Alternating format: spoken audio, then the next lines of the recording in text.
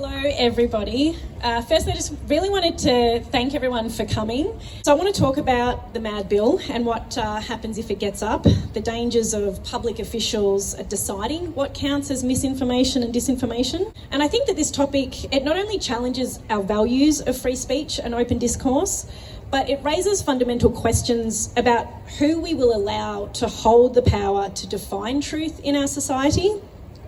And at this very minute, governments at a federal and state level are making those decisions for us. So before we dive in, let's define the terms as the government has labelled them. Misinformation is simply false information that is spread without harmful intent, while disinformation is false information deliberately spread to mislead.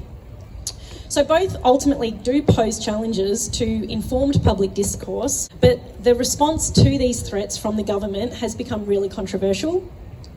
And if we look back to the handling of information during the COVID-19 pandemic, we saw governments around the world demand that their official truth be the single source of truth. In Victoria, we saw that person implement some of the harshest lockdown measures in the world, which he claimed was for protecting public health. But we all know that it actually led to a lot of confusion, job losses, relationship breakdowns, increased family violence, suicides, and epidemic levels of mental health issues. So who was the spreader of misinformation then? Or was it disinformation?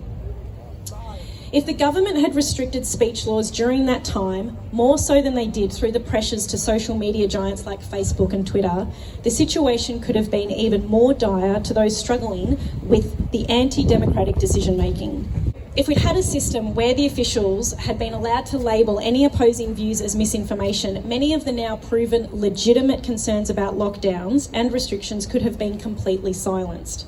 People questioning the effectiveness of the measures or discussing the mental health impacts could not only have faced the backlash that they did, but actual jail time under the proposed laws. And that ultimately leads to a society where only one narrative prevails.